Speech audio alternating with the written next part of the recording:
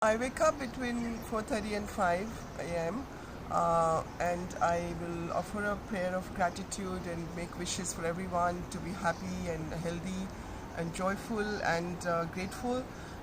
Then I would, of course, hydrate myself with a lot of water, and then I would step out to do my yoga depending on the weather. If it's very hot, of course, very early in the morning is good, before sunrise or just after sunrise.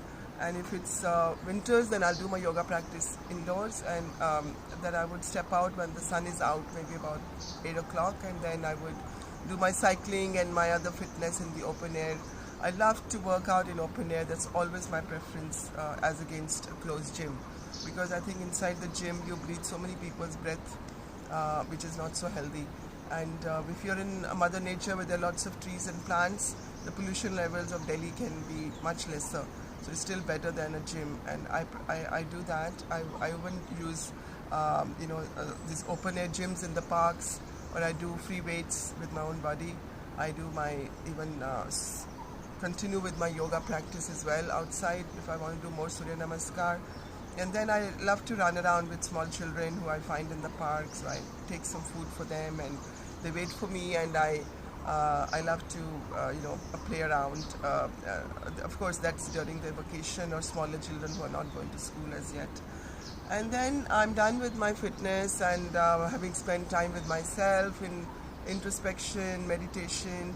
And while I'm doing my yoga, if I need to make some notes, because I always call this morning hour the golden hour, where you have the most beautiful thoughts, whether it's regarding your expansion, regarding what you want to do for the universe, for your own staff, maybe your friends, family, whatever thoughts come to my mind. I pen it down so I don't miss anything to take action on later on. And then I would go to the office and start with my consultations, meetings, and my interaction with my clients is at a very, very professional as well as at a much deeper level, where I relate with them at a very emotional level as well. So it's a complete relationship. It's only then that I come to know about their whole status of life in a complete manner, and I'm able to treat them well. So that becomes a lot of my purpose. The purpose with which I live my life is to contribute towards people's happiness. So which is the larger approach towards healthcare. I always say the health can't be without emotional happiness. So when people ask me sometimes that what are your specialty, what doctor are you? So I always say I'm a doctor of happiness for humanity and everybody.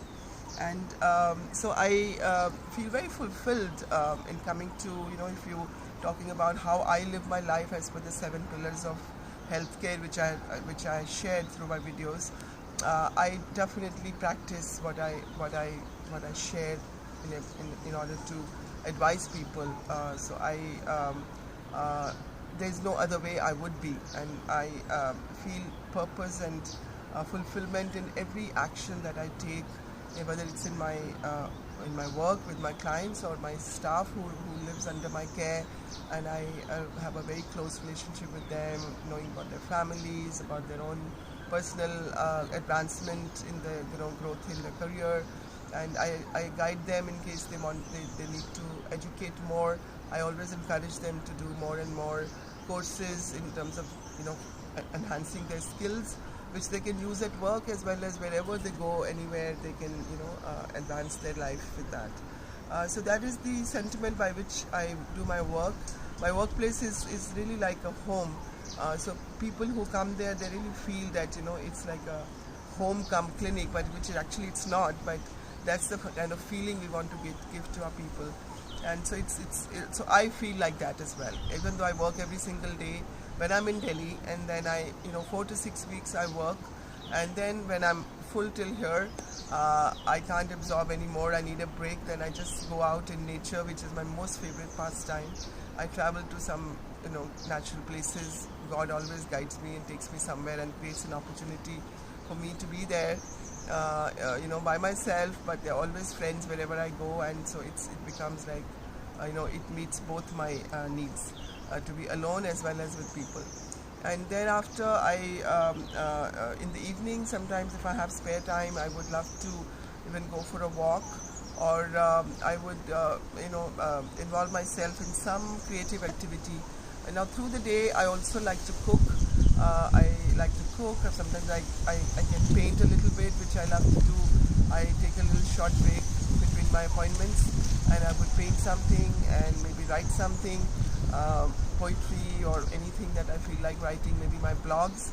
And then in the evening I want to be going towards silence and retiring from an active life, maybe at least by 8 p.m. because I love to sleep by 9 p.m. Is my favorite time to go to sleep. Sometimes if it gets late, it will be maximum 9:30, never beyond 10. So this is the lifestyle I love to follow. It brings you so much more capacity of using your life and your body and mind for your output, which is your, I think, main purpose of having been born a human. It is how much you can contribute with your life.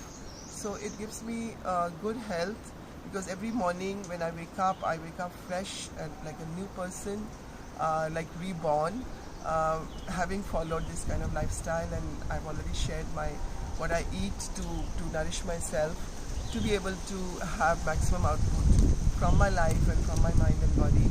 And I'm very happy doing this, and I love to share this with people so that they feel inspired to also maybe do this. And I'm sure, I promise you will never know sickness, because I think a human body should always be in the best of health, mind and body and emotions. So that's what I want to encourage people to do, and I hope they get inspired.